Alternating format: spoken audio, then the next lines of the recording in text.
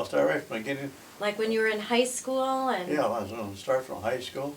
When I graduated, half a year ahead of time. Well, you can turn it on all the time. Yeah, Okay. go ahead. We got it on now? Yeah. Oh, okay. Well, I was supposed to graduate in June of 1944. I got a notice in the mail that I will be 18 in September of 43. I'll be drafted in sometime in 44. So I went to the principal's, Logan, see if I could get a half a year. I didn't want a war diploma. I wanted to graduate in January. In those years we could graduate half years. So if I take some extra subjects, I could graduate in January, which I had done. Then I worked for the, hired out on the railroad in February 2nd. And I got my notice to go to Fort Sheridan in March, I think it was. Went there to get evaluated.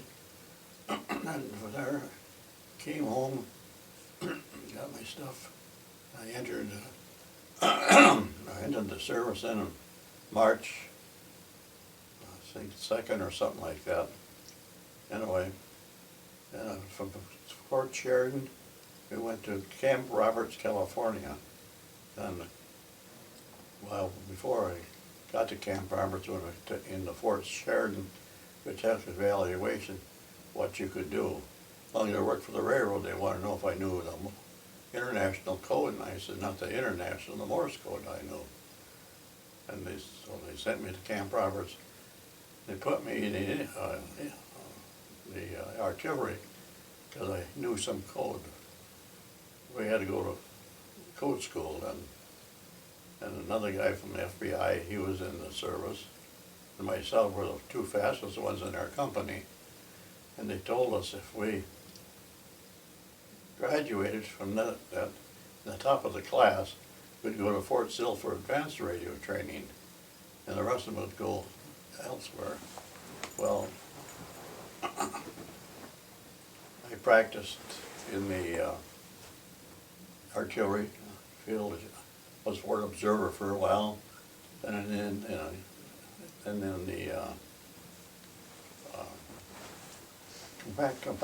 command post, and then my notice that we're going to be shipped out. Our training was done, and then the Battle of the Bulge was about to start. So we went to. We gave a delay en route with our papers, and then we're going to go down to Camp Van Dorn, Mississippi, which is a hellhole of all camps we were in. Terrible, terrible. Buildings down there, the colored people were living in that area, and walls are about that wide open because it's hot down there all the time. Anyway, it looked terrible. We thought, oh boy. We ended up at Camp Van Dorn, Mississippi, and it was hot down there. And remember, we got 2 weeks quarantine to stay in camp, then we get a pass. So we had landed Natchez, Mississippi was close to our camp. Take a bus, wasn't too long to go. Mississippi was a dry state, and just across the river, the Mississippi River, was Tennessee.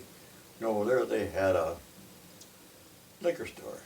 So everybody went over there, got their liquor, came back to Natchez, Mississippi. There's a nightclub out there, and they had dancing, and you could drink, whatever you wanted. We didn't drink a lot, but we always had a few drinks.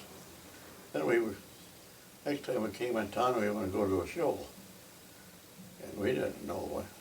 Got in town there, and right in the middle of the street, had barricades up with machine guns set up. Well, maybe that's just for security, we didn't know. So we went past the barricade, and went to the show in the Negro district. We didn't know. We went in there, watched the show. We looked around, and everybody was colored in there. Nobody bothered us, so after the show we came out, and Were, Natchez, Mississippi, just came out of the, Just came out of the theater. yeah, came out of the movie theater. And, they go, what are you white folks doing in here in our neighborhood? We said, well, we didn't know. We just came to camp here a couple of weeks ago and was trying to find out where everything is. So they let us alone, we let them alone. So we didn't go back in Eagle District anymore. And I took and I was there and and they put me into the infantry. That's where I was. And they'd have 6 weeks infantry training, then we'd be going overseas. So, in between from Camp Roberts to Natchez, Mississippi, what they call a delay en route. So we came from California, came home for about a week. Then we had to report back to, This was for the Army, correct? Was this for the Army? Army infantry. Mm-hmm. So then we took 6 weeks training, and then we get notified we're going to go overseas. And they says, with the training we got, this many people here are going to go in infantry. Said people in the artillery. Some of the people are going to go to Germany, some to Italy. And we all thought, well, we could go to Italy because the war is done in Italy just about. Anyway, so so we looked on the sheet, I was supposed to go to Germany. And I said, oh shit. right. So, and from there we left there, went to Boston, Massachusetts, caught a ship there with Aquitania, which is an English ship. And before President Roosevelt said before no soldier will serve overseas in combat till they're 19. Well, so we thought, well, we'll save it till we're 19. I turned 19 in September. I graduated in '44 in January. So in September of '44, I'll be 19, see. So anyway, got to Boston, got an Aquitania. That ship was English ship, big ship. We got to England, we got out and we marched across to the other port and got on that ship. We sailed across, that was on Christmas Eve, and we went across the English Channel on Christmas Eve of '44. And we then landed in Le Havre, France, and there was a lot of replacements. Because then I was assigned to the Golden Acorn, 87th Infantry Division. They called it the Golden Acorn, and so we got on 40 and 8. That's a railroad Term. about like a box of 40 horses and 8 men, you know. Okay. And and anyway, we went to St. Louis. That's where we met my regular outfit. But the 87th Infantry Division just was never been in combat before. Right. And the first combat was before I got there. That was in early December. When we got to St. Louis, just a big battle was over. I never got into that, thank goodness. And there's a lot of casualties, and we were all replacements. Right. And from there on, we started going towards Germany. We were in Germany before I got there, but our division was kicked back into France, and then we had to fight back into Germany. Then we got into what they call a Siegfried line. But now the replacements, there wasn't anybody from around here that you knew, right? You were the only person? From around La Crosse. Right. Yeah. And my outfit, in a way. What we got into what they call is the tiger's teeth. That's big cement blocks in the pyramids facing this way. Say I'm in Germany, you guys should be in France. It's facing towards France, and that was so the tank's going to go through, And they had pillboxes all behind these things staggered here. And there. what were pillboxes? Pillboxes. The Germans had occupied that big line across the German front, the German and France front, had to stop anybody from coming into Germany. They had pillboxes, and they were loaded, banked into the bank, and they're all concrete. One opening to see. This pillbox covered that pillbox covered that one over there, all the way down the line for hundreds of miles. So they were just kind of like different watch posts where they were watching and keeping Well, they were occupied. That was to keep anybody out of Germany, Right. which is a good defense. Mm-hmm. The only way we tried to get in there, but their fire kicked us back. So at night time we sent not our outfit, but as you call it, the engineering department.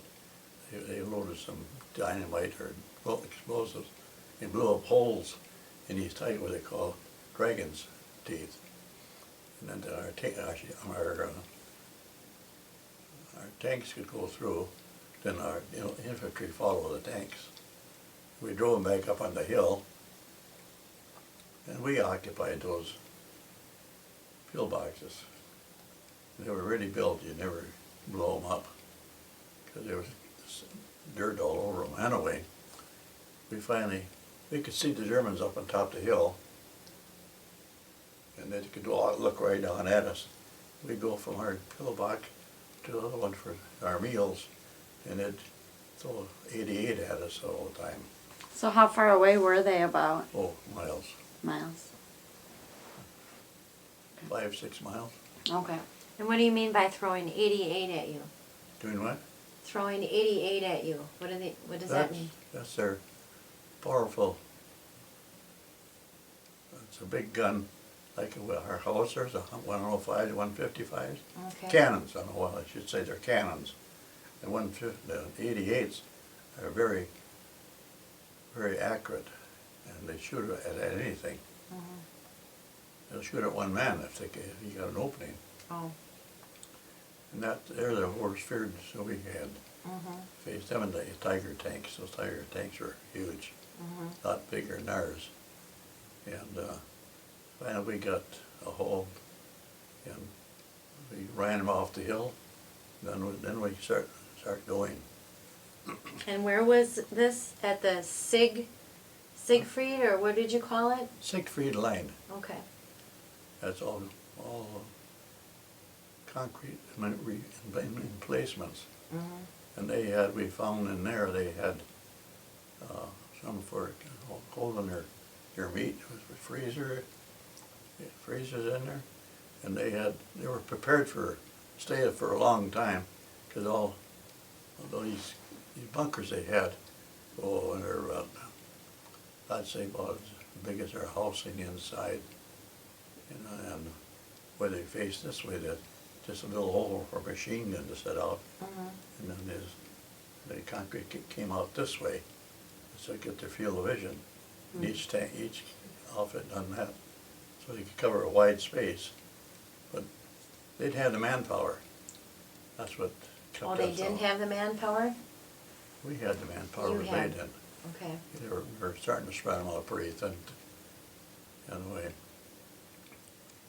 and after we got into Germany, we moved pretty fast, on foot mostly.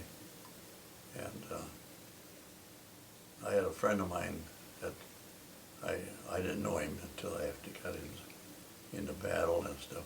Oh, by the way, too, when we replaced, we had, I don't know, that was a replacement, I think probably maybe 20 was a replacement for the ones I got killed, or so. And I met a guy named Carr, his name was.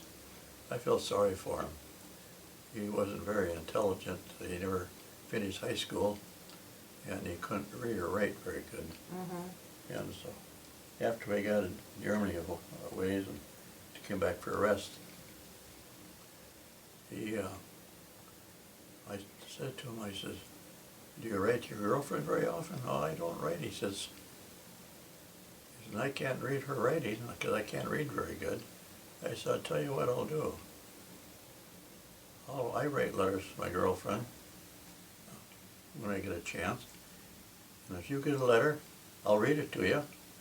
And if you want to write to your girlfriend, I'll write the letter for you. Just says what you want. You told him that you would write his letter. Yeah. Told him I'd write his letters for him, and whatever you said, I can use my words, I'll use your words. So he told me, and I'd write it down, and that's how he communicated with his girlfriend. Oh, That's cool, Grandpa. that was nice. Yeah, I thought so. Yeah. And we got to be real good friends. And they gave him a, what do they call it, bazooka. It's a long tube. Uh-huh. And that we were shooting at tanks, you know, shooting at tank, or anything. Right. But they're supposed to hit the tanks in their sprockets and knock that sprocket off their wheels, you know. And he carried that damn thing, and we got into a battle, and he came in the back way, and then some Germans out there. We were supposed to get a warning that we were coming, and I guess they did, but we got captured those, and we got up there, and we gonna shoot at the big house up there. And we figured that's how they spotted us. So what we do when we shoot, nobody knows who hit anybody, because Right. there's 10, 15 of us shooting at one building. Then we got, that's how we, with our fire, they had to stay out of the windows. That's how we got up and take the houses. That's how we go house by house. Oh, that's how you did it. Yeah. Anyway, there was a spot. We could see the Germans around there. There's a kind of a small town, wasn't very big, and it went down. The hill was up here, went down, and it went up like that again. So we couldn't make any advancements, and the lieutenant said to me, "Rieber, come over here." I said, "Yeah, what do you want?" Did you see that foxhole out there? It's about 50 yards out. Make a good run and run as fast as you can and jump in that foxhole. And see if you can see where there's a sniper picking Oh my somebody out. goodness. Anyway, I looked over there and I threw some rounds. Couldn't see nobody. I just threw some rounds in there. And I got back out and ran back. And the sergeant, there was shot out a machine gun, and the sniper got him right on the ankle, just shattered his ankle all to hell. And then Rieber, he says, "Come over here." I said, "What?" He says, "There's a sniper up there." I said, "I know there's a sniper up there. Go up in the attic," he says, "and see if you can spot him." He was down, the lieutenant was in the corner, he couldn't see around the corner much. When they got there, the chimney went right up to the middle of it. I said, "That's good." Got behind that chimney, and then they crawled on the side. There's a trap door, a window there with a closed window. No window, and the board's over it. So I took my rifle and I pushed the board away, and I could see outside. I took my helmet off and put it on my end of my gun and put it like I was in there, and nothing happened. So I put my helmet back on. I creeped up to that window and peeking around, and all of a sudden, pzzz, that burned my head. Oh my He missed gosh. me that far. Wow. So I came down and I told him, I said, "I think it's up in that area, at where the angle of the bullet hit." I says, "I think it's up in that area.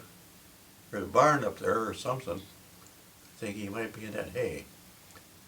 Well, when I came down there, the lieutenant was looking around, and bang, he got it right between the eyes. Who did? The lieutenant. Oh.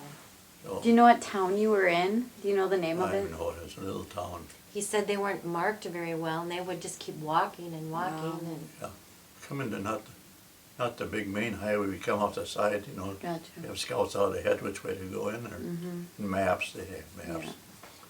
Yeah. Well, anyway, we set up a machine gun again after that. They just mowed everything down.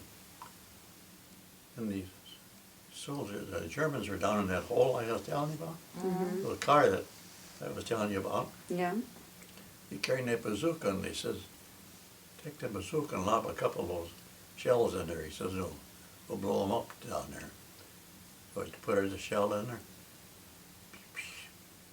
Dud, dud. Didn't go off. Put another one in. The bazooka shell's about this big, about that big around. It blows up blow up a tank, you know. Not to blow it completely up. But anyway, he shot all of his bazooka shells.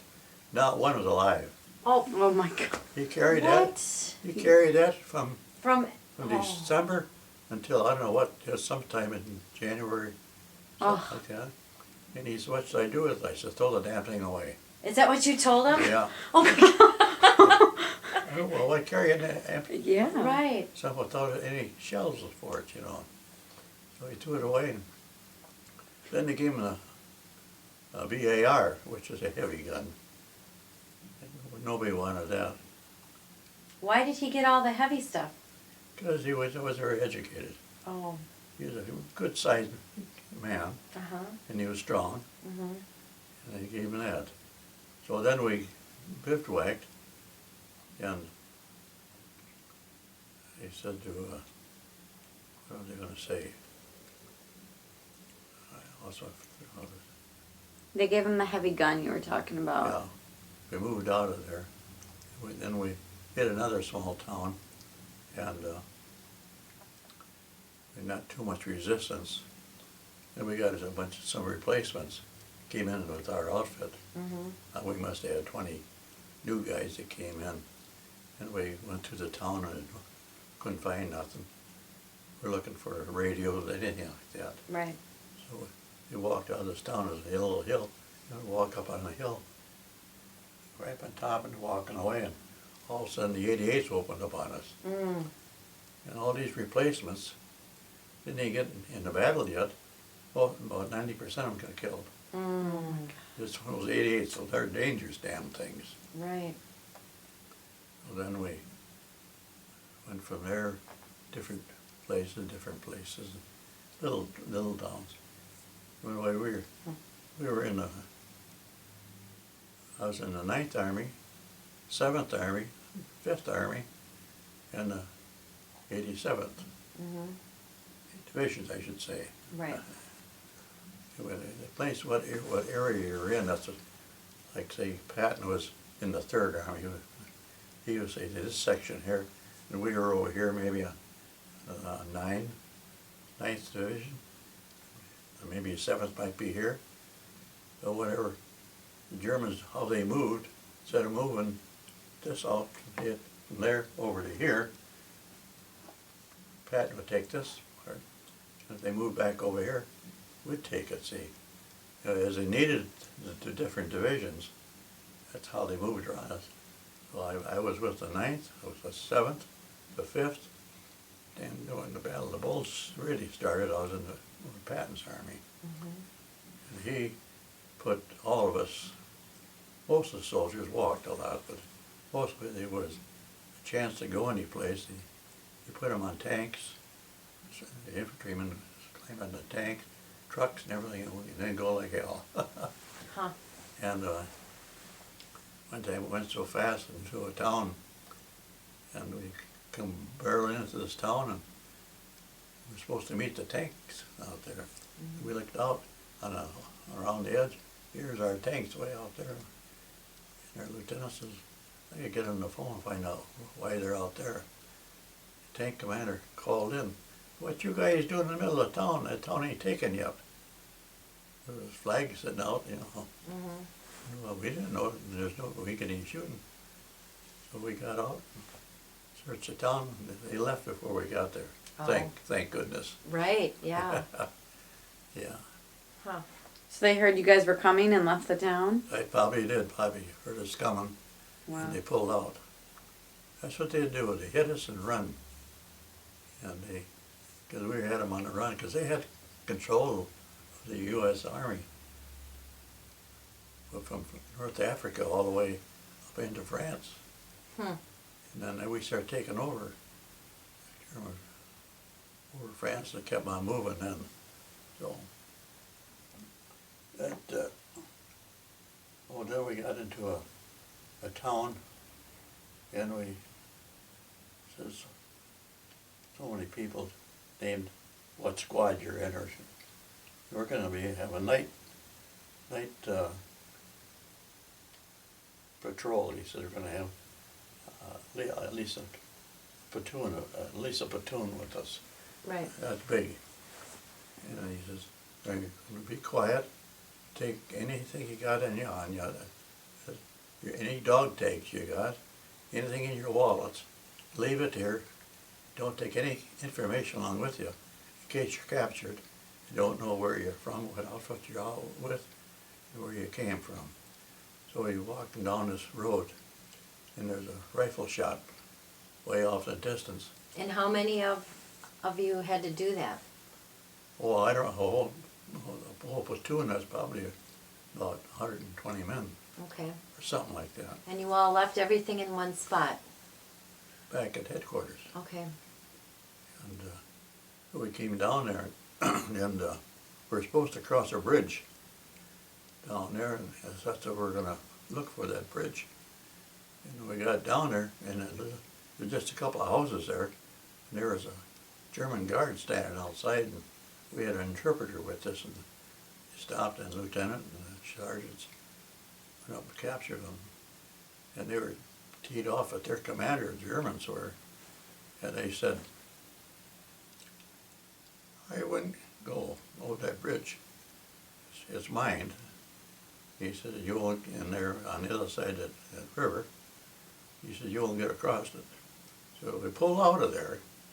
So this German soldier warned you guys that you captured? Yeah. Because he was mad at his commander? He mad at his commander because they were up so long and they didn't get no replacements. They weren't getting any sleep. And they got teed off at their commander. Wow. Good thing. Good thing thing. for you guys. So then Thank that German commander. then they pulled us out of there, back to where we was going to start from.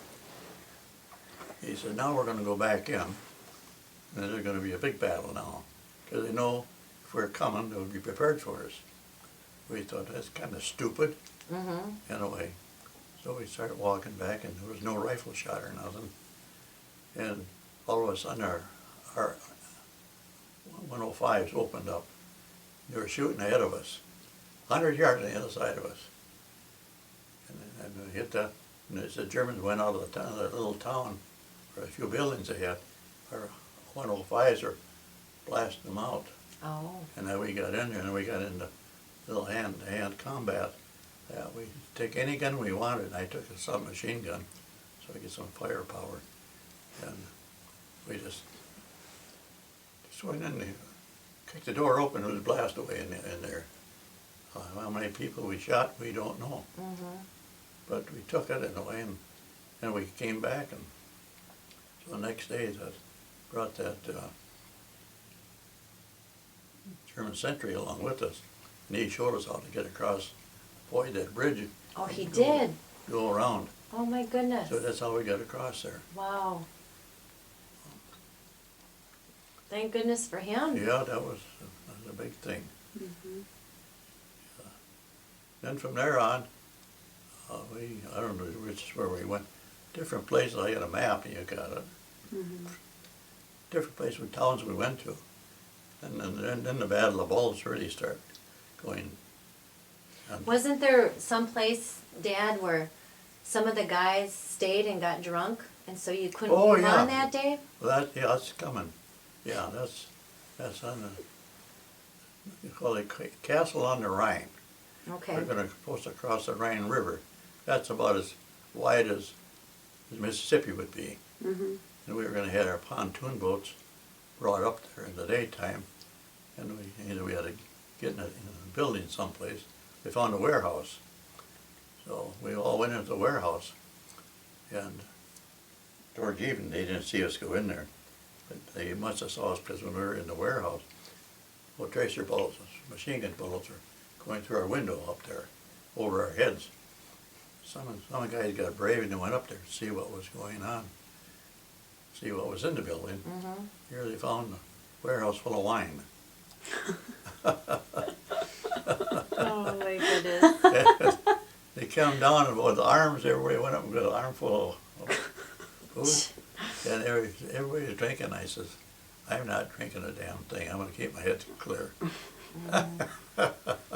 Yeah, they got so drunk, most of the people, and they were drinking hair tonic for their Oh my god. Hair tonic. ran out of wine. Oh no. They drank all of it? Yeah. Just Oh. about. I don't know how much they had. It was so dark we couldn't see. Anyway, they canceled our crossing the Rhine there because we found out But it was a good thing. it was a good thing because if we would have crossed there, we would have been wiped out, the whole outfit. Yes. Wow. They were waiting for us. They were sitting across with machine guns and tanks and everything else. And our pontoon boats, when we went across, and they'd been blasting the hell out of Yeah. us. You should have drank then. Couldn't go anyway. So they got out of there, and we walked down for about 5 miles down the Rhine River, and we crossed down there on boats. And I suppose you wanted to keep your head about yourself so you oh knew yeah, what I you were wanted doing to to keep stay my head alive. clear. Makes sense. Keep I my know head it. clear. Somebody's got to do it. Yeah. There's 4 of us all kind of stuck together all the time, and all 4 of us didn't do any drinking. Yeah. Because we were young yet too, and we want to know what the hell's going on. Right. Yeah. I can't imagine all of that. No. Yeah, everything was at night. A lot of patrols at night. Go with a squad, probably 10 men, and you go in at night and see what the Germans were, how they were set up. And the Germans had that to us too. We were sitting there in our foxholes at night, watching guard duty. You could see the patrols go by, and the lieutenant and the captain says, if you see them coming, don't shoot at them. Let them go by. Because if we start shooting at them, some escape, they'll know where our line was, you know. Mm-hmm. So we just let them go by, and pretty soon, a couple of hours later, they could come back. We could have shot all of them, we could have, but then they'd have known where we were. Right. And then after we got across the Rhine, that part of it, we went on and they hit another river that was smaller than the Rhine. And they sent me and about 6 other guys down the river ways because we're going to cross. There's a bridge up there we're going to cross by Koblenz. There's a bridge up there we're going to go across that. And so we figured the German tanks driving back and forth on the other side of the river. We could almost see them. We could hear they're louder than hell. We were down there and see any activity we'd call in. We had the radios called in to the lieutenant or sergeant who was there in command, and we'd let them know if they were coming or not. But they could hear the Germans with their Tiger tanks. We could hear them, but they never came across on our side. I wonder why. I don't know. They must have known we were building up to come across the ridge. And they pulled out. They must have just been ready to move out, I think that's what it was. We never got any trouble getting across the Rhine on that bridge. It's a big bridge too, it was. Yeah. Almost like the Mississippi Bridge down here on the south side. Wow. So, and then from there we finally and the bulls really started. Then we had a march. Patton says we were assigned to the Third Army then. When was this about now? Because was Oh. this like January, February, or? Oh yeah, that was in That was in January and February and March. Okay. Yeah, all through there. So in the dead of winter, pretty much. Yeah, and then we got in Patton's army. Then we had you gonna walk 25 miles a day. The whole outfit, the whole battalion. And boy, it was cold, and we had to dig in, and night or day, we kept walking for 24 hours straight. Oh. Oh, I was tired. And then we got to a little farmhouse. We stopped. We says, we're done. We're not going another step. We're gonna go up on the hay mound and get some rest. And the captain came, he said, you guys do that? Your whole outfit's gonna be court-martialed. We said, we don't give a damn. Court-martial us. We were too damn tired, we didn't care. And no, he says, I promise you, another 5 miles. He said, we'll dig in. They said, yeah, another 5 miles. We said, we heard that about 5 times already. That's just enough to keep us going a little bit further. Right. And it was cold. It was about almost like this kind of weather. So like And negative wind chill. we walked out there 5 miles, and we had to dig in on all that frozen turf, you know, and lay in the foxhole. And you had no blankets like we got here. It's army blankets. And we didn't have warm boots. We just a regular combat boot. Did you get frostbite or Oh, you anything? bet you do. Everybody, my feet and hands were both froze. Not real hard. That's how. And Norton got his legs frozen. You know, legs, and he got home after he got home, and the legs all turned black from being frozen so hard. That's what I said he died from. Yeah. Anyway, we finally got out and got on the tanks of Patton had, and then we moved fast.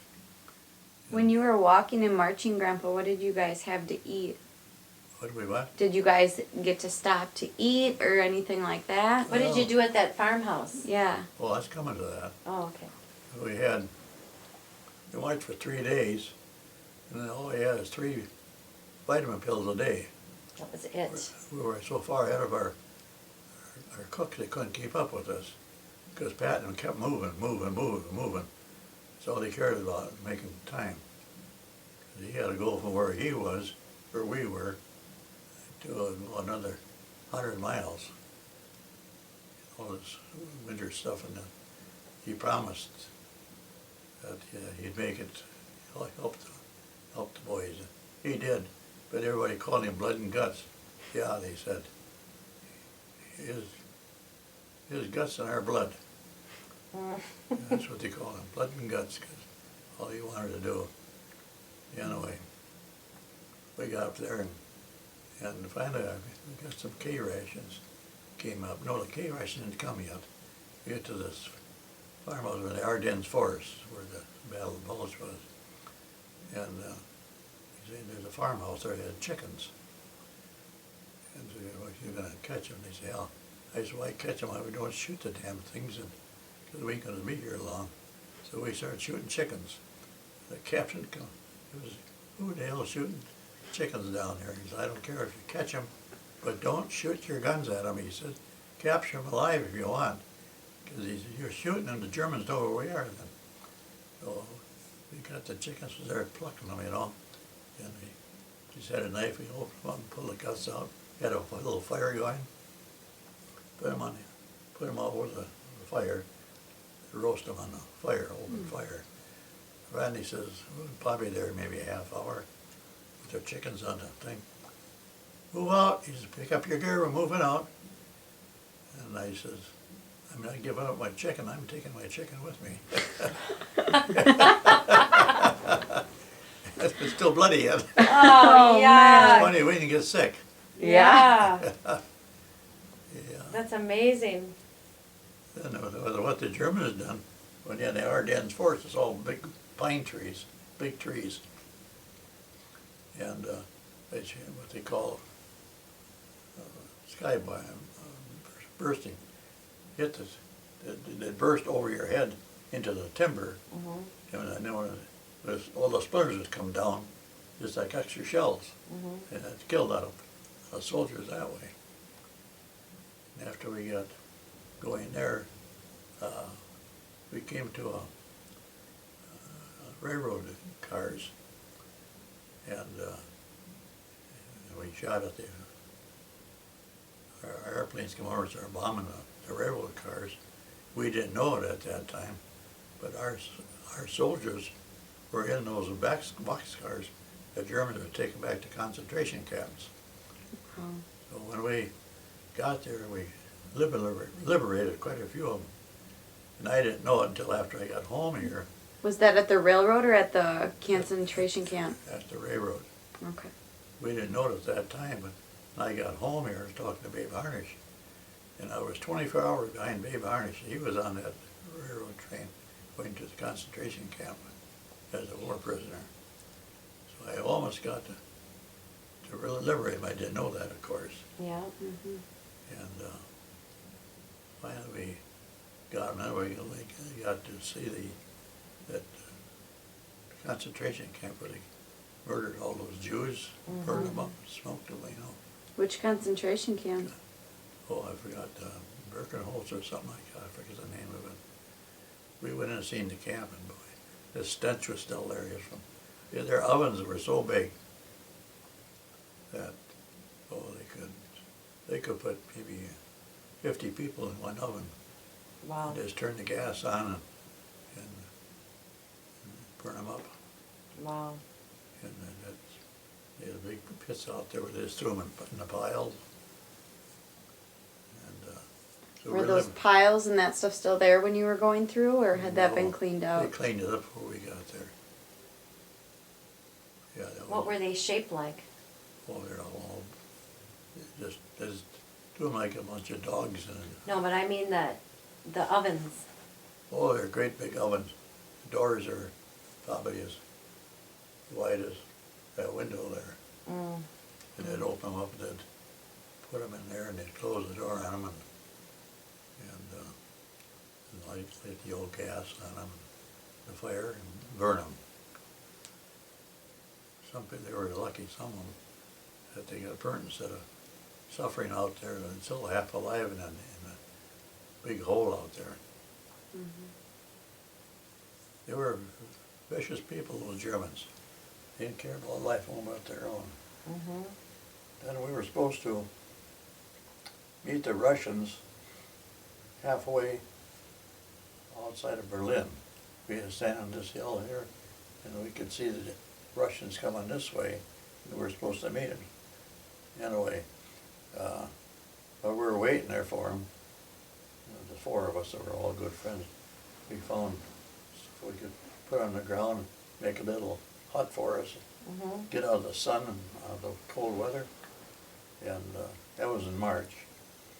And then finally it came out that said the war was over with. We were supposed to go out in the woods and have a loudspeaker who could speak German and English both. Give up your weapons, don't shoot, the war is over, nobody wants to get killed. I thought, well, what a stupid thing to do, you know. Yeah. Go out there and I'm going to holler at the enemy that the Right. war is over. They're going to believe us. Mm-hmm. I didn't think they would, but thank God they did. They did. Yeah, so nobody got killed Wow. after the war was really over with. Then all our ammunition we had, they had a dam in there, and they had tons and tons of ammunition we had. Instead of saving it, bringing it back, they dumped it all in the lake. Oh, Everything. well, that's crazy. Yeah. Yeah, thousands and thousands and thousands of dollars just on ammunition. Was it hard to believe for you that the war was over? I mean, what were your thoughts when you... Well, we knew it was coming. We knew it was coming because we weren't getting no resistance no more. Oh, Anybody shot or the bazooka or whatever they had, if they could knock out a tank, you automatically became a sergeant. really? But you don't. There was very few sergeants made by a bazooka or something. Maybe knocking out that's a why tank. they only gave car duds. Mm. There was something else that you're going to say too, but Whatever happened to Carr? Yeah. I don't know. I don't know what happened to him. Hmm. After we got separated, and whether he's alive, I often wondered. Yeah. What was his first name? I can't remember that. Can't remember. And didn't you say a lot of times you didn't really get to know because most people you met would die? Oh, yeah, you didn't wanna know, You didn't want to know them too get real personally. friendly with a lot of, you know, with your own, in your own squad. I don't know who was in the other squad, I didn't give a damn. You just wanna, cause you're in a unit yourself, you gotta work together, Yeah. Mm-hmm. and that's what you done. But you were the only one in your unit from this area? As far as I know, it was only once from the time got to France, it was all the replacements. I'm the only one I know of that have survived it. Wow. Isn't that amazing? We had a lot of close calls, of course, Yeah. but I don't remember. I know we had a lot of replacements, I know that. Like that one building where those 88s came on, that new group that just came in. Right. Oh, I was gonna say too, go back to that, where they went out up over the hill and started going out, and the 88s hit the replacements. Yeah. We went back in town again. Okay. Got off the hill, went back in town. We had to find out where that radio was. So I had 4 of us each took a house, went through the house, and somebody found it. But they never took any survivors. They shot them right there. Really? So that stopped. That stopped the 88s because the guy who had the radio wouldn't give them the Whereabouts to do where it? they were there. Right. So that's the 88s quit firing, and we got out of there then. But whoever did, they shot the people that had the radio. They had to. Right. It's war. Yeah. Now you were talking about writing to your girlfriend. Was that grandma at the time? The what? Was that grandma at the time, the girlfriend that you were writing to? Or did you have a different girlfriend while you were in the war? What girls I was writing to? Yeah, you were talking about writing to your girlfriend. Was that grandma? Yeah, that was grandma. So you guys were together then before you got drafted? Yeah, right. So how did grandma handle it, and what was going on back home, and what did Well, you I guys don't- write about? I Do you don't remember? know. I don't know. I don't remember what's going on. Gotcha. She'd go over and visit with grandma, my mother and dad, Mhm. and they'd have her over for supper. And Did she work? Was she working? oh, or- she worked up the gauge as the telephone operator. Okay. And Jim Harnish and Dave Harnish, he worked up at the gauge. The auto light. We call it the gauge. It's the auto light. Rico was there, and so was Boyd. Boyd was somebody in there, and Rico was on the switchboard, and Gloria was on the Rika got Gloria in on the switchboard. She was handling the switchboard. So when I got back to the United States, I called her number at work. It didn't cost me nothing, because the phone is there, we could talk. Oh, really? Oh, funny. Well, then we hear something too, and I got back to the United States. I was assigned to Indiantown Gap, Pennsylvania. That's our place. I was there to wait till my discharge. We were going on points. After you got X amount of points, then you're entitled to be discharged. And I was waiting out my months and days till I got my 2 years in, and I could type. So they want to know if I could type. I wanted to type out discharge papers I got, you know. I said, yeah, I do that. So how fast can you type? I said, oh, good, just around 25 words a minute. Oh, that's funny. Any mistakes you make, you got to erase it out and punch over it. And if you make too many mistakes, you're out, because they can't have too many. But when you typed out, they had to proofread it, make sure. And the soldier got his papers, looked over, see if any mistakes were made, and he had to correct them, see. And there was What? What? there was civilians in there too, and a bunch of army. But we're all sitting, there's a lady in front of us. She was built like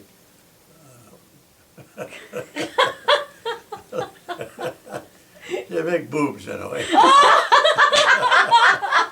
Listen to him laugh. Oh my I goodness. was sitting behind her, there was a soldier on this side, another on that side of her. When we had electric typewriters, all you do is just touch them and bing, and it goes. See? So I'd reach over and take a hold of her arm. She'd go like this and bang. And she'd look over there and the other guy go, bang. Oh my Oh, goodness. yeah. Oh, you guys. So when did you get back into the United States? And when I got back here, oh, this- He's still thinking about Sorry. the typewriting. He's still thinking of the lady.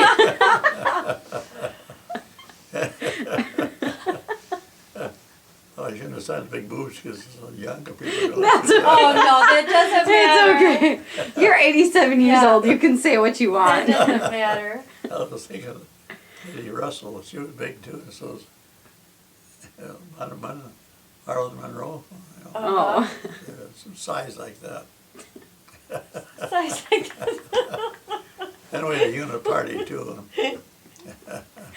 Oh, boy. Well, I went into service on March 2nd. Mhm. I got out 1 day, 2 years and 1 day I was in service. I got discharged. I was in March. Around March 3rd I got out, and I went in March 2nd. March 3rd of 40, 45, 46. Okay. I got home here, and I got my discharge at Indian Town, Pennsylvania. Mhm. And I got paid then from, I'm surprised they didn't send me to Camp McCoy. Government would have saved a lot of money, because they got to give me travel pay, discharge pay, but they coming to me all the way to Indian Town, Pennsylvania to La Crosse. Huh. They had to send me to Camp McCoy. I only got maybe $10. Right. Yeah. And then what year did you end up marrying Grandma? When? When? 46. 46. June, because I got to go back on the railroad again, and had a regular job I could get in Toma, Camp Douglas, and Camp McCoy. The guy had the job when I left. I was an extra man, and this guy he was a preacher, and he was working in Toma, and when they came out of service, I asked who I could bump if I had any rights yet. Well, you got your rights. He says, are there any openings since I left? Because anything that opened up while I was in service, if they were younger than I was, they had a regular job, I could bump them. So I bumped this guy out of Toma. So that's why we got married in June of 46. And we moved to Toma. And I had to drive back and forth to Camp Douglas and 1 day a week at Camp McCoy. We was there for, I guess, 2 or 3 years at Toma. Ron was born in 47. And we moved to Sparta. We were in Sparta there quite a while. That's where we met Bevan Byron, Oh yeah. Randolph. Yeah. The house we got was used to be a hospital. And Bevan Byron came, they moved upstairs. And with sliding doors, where they go up the stairs, they could look in. You seen it wasn't this Davenport, it was the one we had bought secondhand. Yeah. That brown one with the white back and the sectional one. That Yeah. one. Yeah. Mhm. Anyway, they thought, boy, these guys got money. And then we got to talking to them, and we just said hi, and that's all. And I had a coal furnace there, and I bought the coal, and we had registers going upstairs. So I closed the registers upstairs so the heat wouldn't go up, you know. And I closed them. And we'd come to town for a couple of days, or a day or more than 2 days. Only had 1 day off at that time. come down the night before and stay that night and then go back. On the way, I think it was about January or February. I think it's January. Byron says to me, he says, none of my business, babe, he says, but you know you're heating our upstairs? I says, no, I don't know. You know, every time you left, the landlord lived right across the street from us. He'd go in there and open up the registers. You're kidding. All the heat would go up. And Oh. I said to Gloria, I said, my God, no wonder. I said, you're burning about a ton of coal a month. Wow. And I said, Why would the landlord do that? I don't know. So I went over there and I really raised hell with him. I really chewed him out. I said, from now on, I'm calling the police. Every time you enter my place, that's my house. I said, it's your house. You own it, but I own this. Well, I'm renting, that's my house here downstairs. You cannot touch anything that goes upstairs with the heat. And that's how we became a real good friend. He was truthful to you and told you. Yeah. Byron, yeah. Yeah. Wow. And then they moved from upstairs over about 2 blocks from us, about a block from the depot. And they were sitting at their kitchen having coffee and stuff like that. And there'd be a big thunderstorm, lightning. Lightning hit their garage, came all the way down their wire clothesline, which is attached to the house, and knocked everything off the walls. And he came over and he was, Beverly, her name was, we call her Bev. He came over crying, she says, lightning hit, she says, we got no place to stay, we can stay here. Anyway, they got it fixed up and then we really became good friends. Oh, no. Yeah, we went deer hunting. Byron and I. And we got a deer. And on New Year's Eve, we're going to have venison. So they were preparing the venison. We had some wine and stuff, and celebrate New Year's Eve and stuff like that. Byron and I went and got some booze and beer or whatever we had, I don't know. He came back, here Gloria and Bev were sitting on the floor, hats crooked, laughing like crazy. Oh, no. They're drunker than skunks, they were.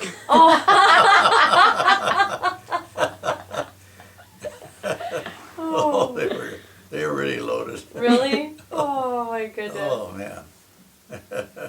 Their heads crooked. And Roland got older, he got to be about, I don't know what age, I think he's around 12 or 13. And Byron wanted to know if Ron wanted to stay out there for the summer and work on the farm. Yeah, he says, I'd like to do that. I said, well, you care, Dad? And I said, I don't care. Mom, do you care? No, if you want to go, she said, but I think you'll get homesick. No, I won't. No, I won't. So he went there, and boy, I said, you treat him like it's your son now. I said, if he does something wrong, let him know about it. And Byron was real good to him. So the first thing Ron done was, Byron was showing him how to run his tractor. So he got on the tractor, he said, let's go in reverse, it goes forward and so forth.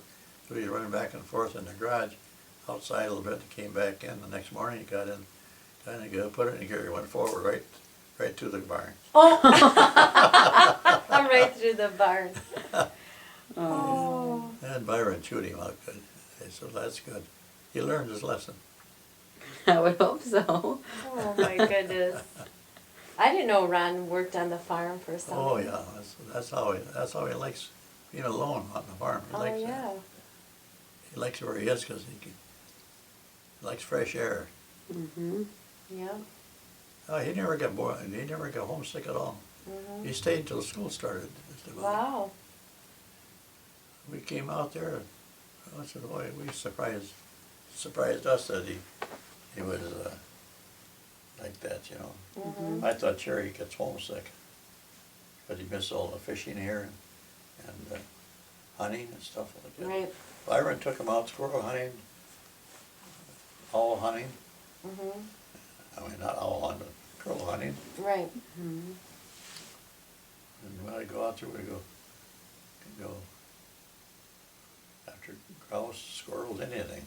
Mhm. You went fox hunting out there. Never any fox, but something different. Yeah. I'm trying to think of anything else that I missed that I'm going to say about the service. Oh, anything about the mail calls or anything like that? Oh yeah, we had mail calls all the time. Yeah. They would come with the mail and everybody get it all around and they just throw the mail to you. And they couldn't give it to an individual. Anybody caught it, they just kept passing it back to who it belonged to. Okay. Well, they had mail called almost every day. How often did you and Grandma write back and forth? Well, whenever I had a chance. Whenever you had a chance. You never had too much. Yeah. Sometimes I'd have 2 or 3 letters sitting there. What did they have? This little, Mhm. what do they call them now? We couldn't write too much in it Yeah. because everything could be censored anyway. Yeah. But when she write everything, he wrote a longer letter than I could because I couldn't have much daylight to write unless we got back for a day's rest and then we done our writing to catch up on. Too damn tired after all day. Mhm. I sit down and write. But every chance we had, we wrote. Everybody did. Mhm. Is there anyone else that you can remember writing letters to? Did you write letters to your parents when you got the chance as well, or The what? did you write letters to your parents as well? Oh, sure. Mhm. Yeah, sure. Yeah, I wrote to them. Mom and Dad had asked Gloria what she heard from me, and and then tell her what they heard. And I know one letter I got from Dad. He says, "How should we treat Gloria? You going to marry that lady?" And I says, wrote back, I said, "Yes, I plan on it." Oh, how should we treat her? Because Gloria used to go over there quite a bit. Uh-huh. She'd eat with them and visit with them, you know. Mhm. That's funny. How should we treat her? Are you gonna marry her someday? So did you I mean, did you and Grandma have an engagement, or did you just decide that you wanted to get married and you got married? Well, after I came out of service, Yeah. I said to her, I'm going to have a job in Toma in June or July. Yeah, July. And I says, "You want to get married? Will you marry me?" She says, "Yes." So, Mhm. before I went overseas, I gave her my class ring Okay. to wear, you know. Yeah. A kind of engagement thing, you know. Yeah. Anyway, she lost my ring. She lost She it? lost it.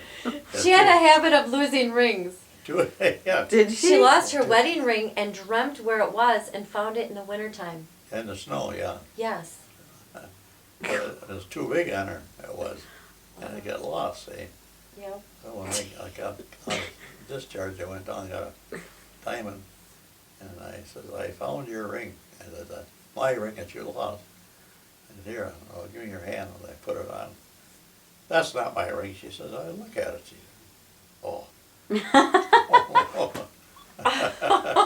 Oh, tricky. Tricky dicky. And isn't that the one that she lost and then found it? Yeah, we had a Yes. big snowstorm around Easter time. Right. And you were brushing the snow off, and all of a sudden your ring came off. And Well, she didn't even know it for sure when. she didn't know where it went. No. So she went to bed that night, and she woke up. "I know where the ring is," she says. "I had dreamt where the ring is." She went out there and the snow covered away, and she found it. Now, that's something, ain't it? Yep. That's the honest truth. Mm-hmm. Wow. Must have been brushing off the windshield or something with her hands. Did you think she was crazy when you said, "I know where the ring is"? Well, yeah, I thought you can find it in the snow. She'd want to look in there first before snowplows came by, Mm-hmm. and otherwise you never found it. Wow. I always told her, I said, that ain't much of a diamond ring. I said, it's a cheap one. I can't afford it anymore. Why it's so cheap? It's made out of Coca-Cola bottles.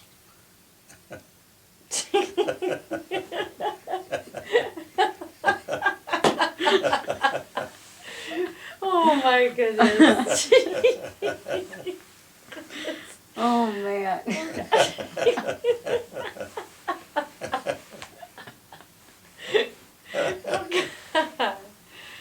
Oh, Oh. oh.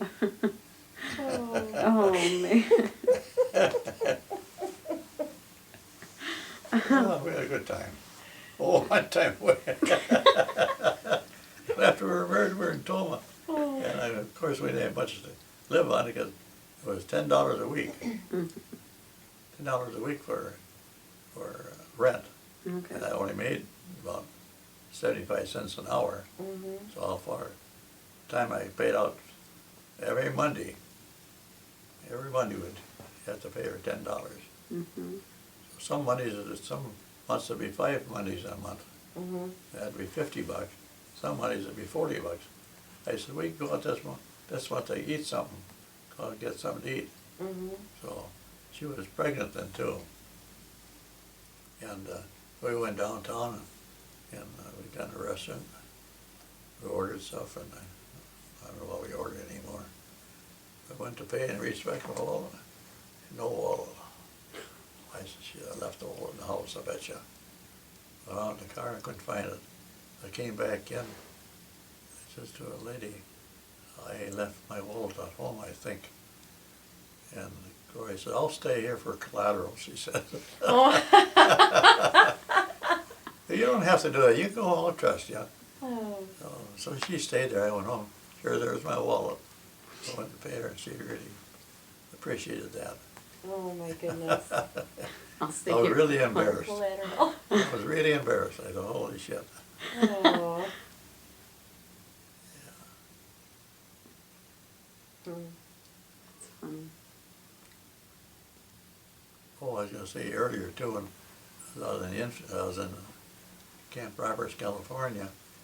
I was taking radio training, you know, Yeah. and they said to us that anybody that passes 25 words a minute, maybe I said this already, would go to advanced radio training. Right.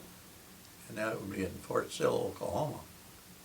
So we were fastest, the ones that are on 5 and 10 minutes, 10 words a minute. They went to Fort Sill, and the rest of us went into combat. Now, that's the Army for you, isn't it? Yeah. So when I first went into service at Fort Sheridan, I wanted to get in the Railroad Battalion. And they says, you can't do it here. You have to do it when you get to California. And you see your captain there, and he's the one that can transfer you to the Railroad Battalion. Well, I got there, and I went in to see the captain and told him what they told me at the induction center. He said, no, they should have done that there. He says, you're assigned now. He said, you have to wait till you go to your next station, then you can do that. So when I got to Camp Van Dorn, Mississippi, went to the captain. You should have done that when you were in California. And I said, after they told me I was in California, I should have done that Right. when I was in boot camp, Isn't that crazy? induction center. Now it's the Army for you. Yeah.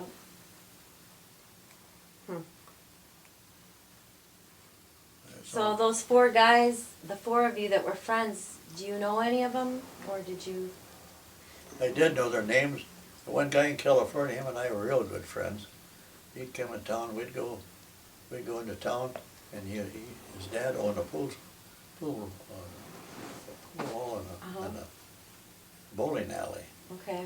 He was real good at bowling and pool. When we'd practice in the barracks, you know, we'd play each other, and he could just wipe me out, and he'd teach me what to do.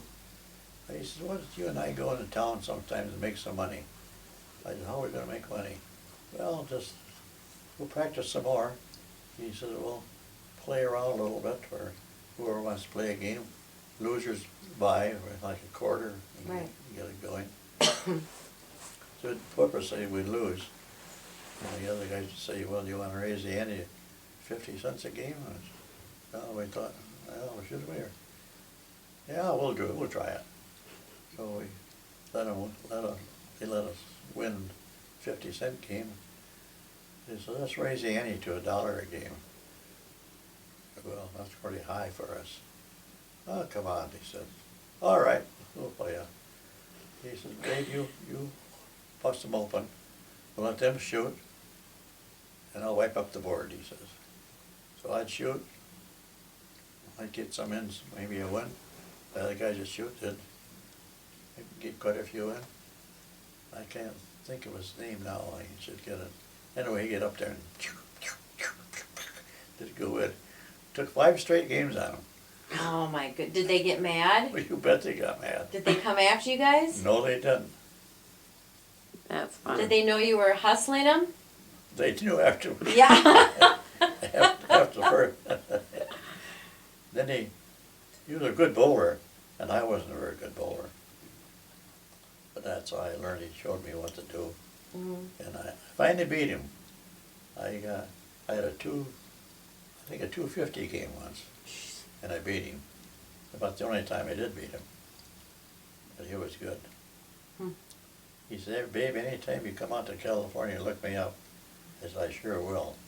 But we went out to California with Babe and Mary. Oh yeah, that's how many years later though. Oh yeah, I know Oh it. my goodness. But I couldn't think of his name. If I'd have known it, I could have found out where his dad had the bowling alley. Maybe he had the bowling alley Wow. Yeah. at that time. Isn't that too bad? Mm-hmm. And he never got a hold of you, and you didn't get a hold of him. Oh, I got a picture upstairs someplace. I got a picture of him. Somebody would go through those. Well, I'll have to get those pictures down. Did you ever put his name on the back of the picture? I think I did. I don't know. Did you save all of your stuff, like all of your medals and your uniforms and your letters? And Terry Yeah. got all that. do you? I've got it in a bin. That'd be close. Well, not the uniform, but I have the medals.